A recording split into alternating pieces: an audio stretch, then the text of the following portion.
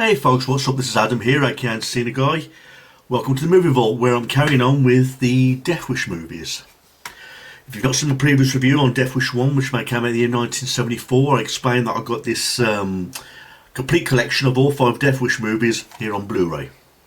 Okay. And they're a good watch. I just got done watching Death Wish 2 moments ago.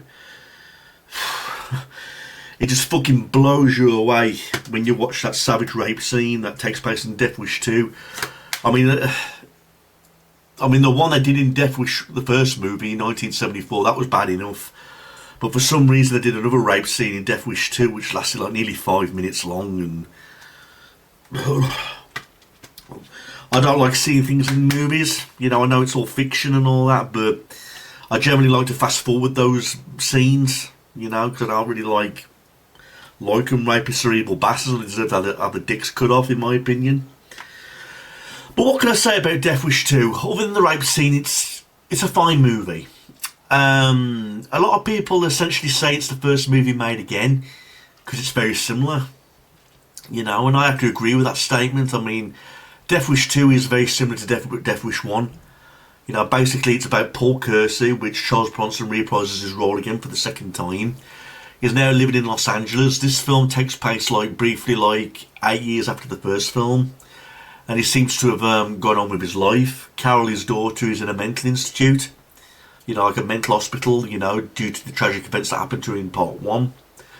But he's now living in Los Angeles, and he's got a new home. He's still working as an architect, you know. And the film opens up with Paul Kersey taking his daughter Carol out of the mental hospital and taking her for a day out, basically, you know, a fun day out, you know, at this festival or this fairground, and he buys her ice cream. And while he's waiting in the queue for ice cream, these bunch of thugs attack Paul Kersey and steal his wallet.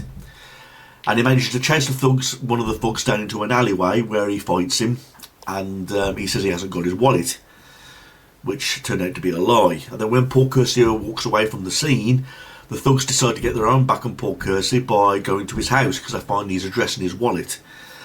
And this is where it takes us to the scene where it's barbaric, fucking horrific, where the gang rapes the housekeeper, you know. And this, I don't know why they had a rape scene which lasted like nearly 5 minutes. I mean, I'm thinking, is this really necessary? Do we really need to see this?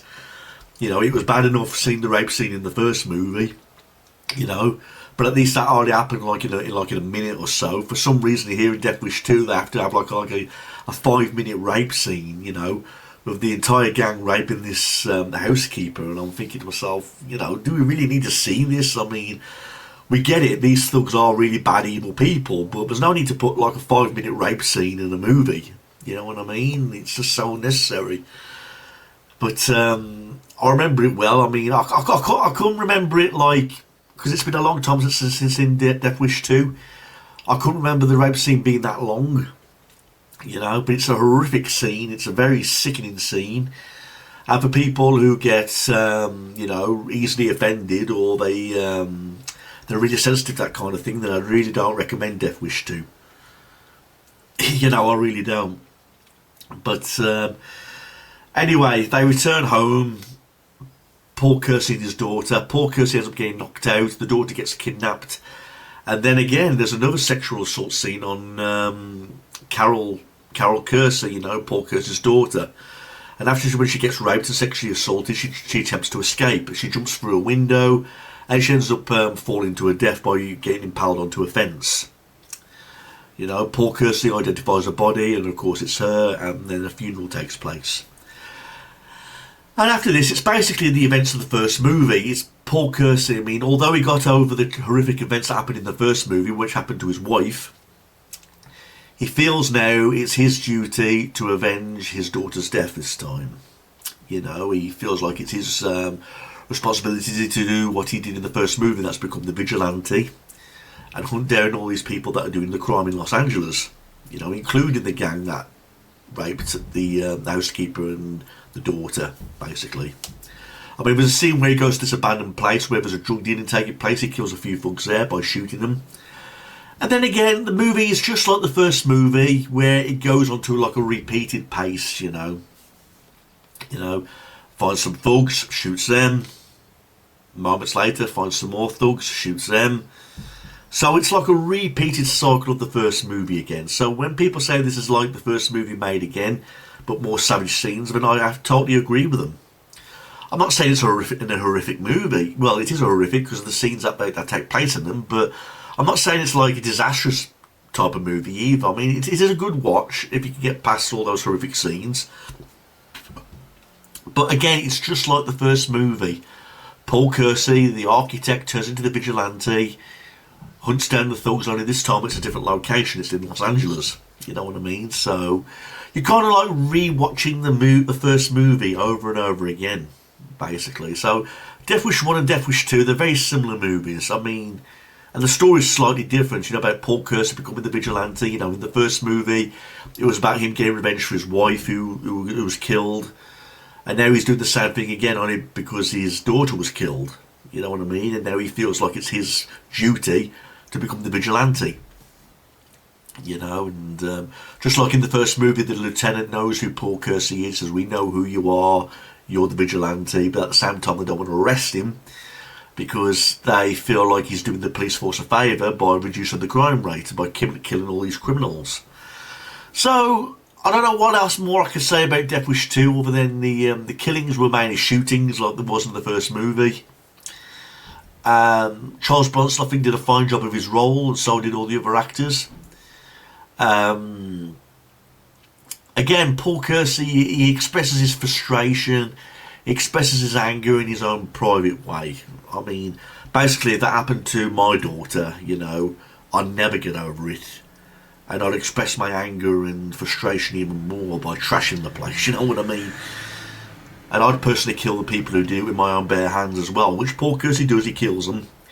But he's got his own way of expressing his own emotions. I don't know if it was because he kept it bottled up inside of him, or he's just got his own way of grieving.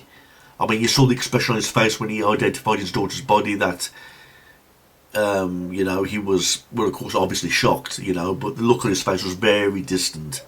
I mean, like when they told him that his wife died in the first movie, he just simply went like that. But he showed no signs of crying or anything like that. But when if you notice in the first Death Wish movie, when he first kills off them folks, you know, he shows his own side of, you know, sadness. I mean, like I say, he threw up.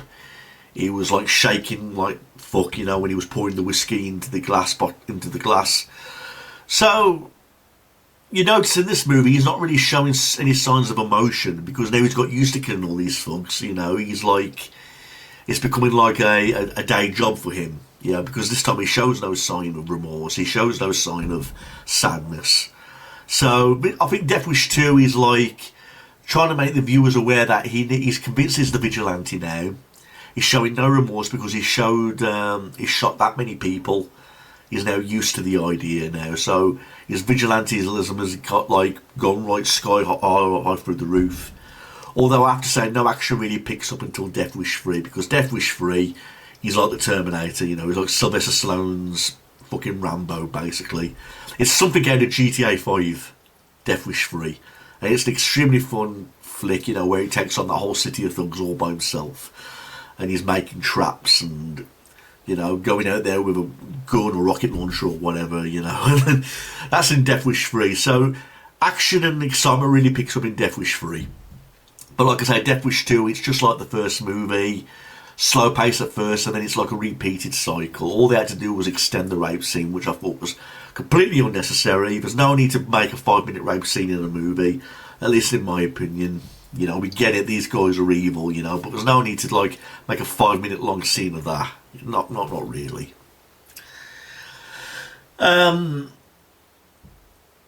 What would I prefer to watch? I mean, I would rather watch later Death Wish movies over Death Wish 2. Like I say, I like Death Wish 3 more than Part 2. I like Death Wish 4 more than Part 2.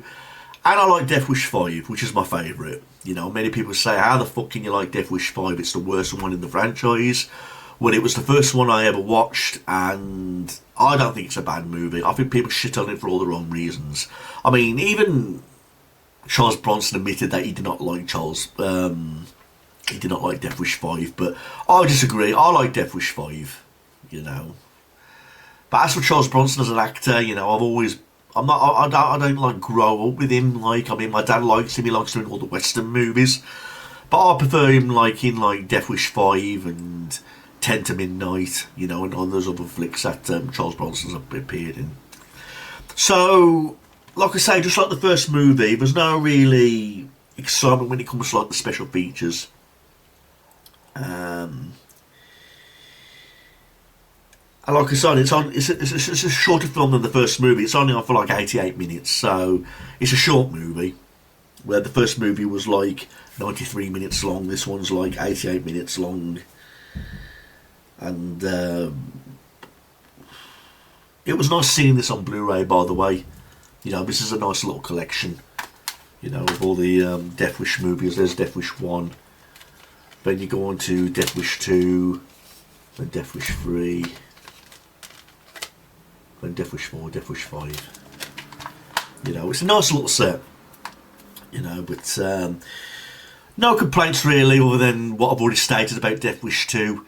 But like I say, when it comes to Death Wish movies, I prefer like the later movies over Death Wish 1 or 2, because action, like I said, already picks up in Death Wish 3. You know what I mean? So that's all I've got to say. So I know this one's short and sweet, everybody, but what more can I say in it that has already been said already? It's just like Death Wish 1, but, you know, with more extended horrific scenes, you know what I mean? So, thanks for watching this, everybody, and please email me if you've got any questions, and leave all your thoughts and comments below. Thanks for watching this. That's my review on Death Wish 2. I already stated this came out of year 1982. In fact, its official release date, well, in the UK, it came out February 11th of 1982. But it came out in the US on February 19th of 1982. So budget $8 million, made $29 million at the box office in North America. Other things I will state: it was directed by Michael Winner, written by David Engelbach, music by Jimmy Page. Not a bad movie at all, but like I say, I prefer the later ones. So thanks for watching this, everyone. Email me if you've got any questions. Peace out.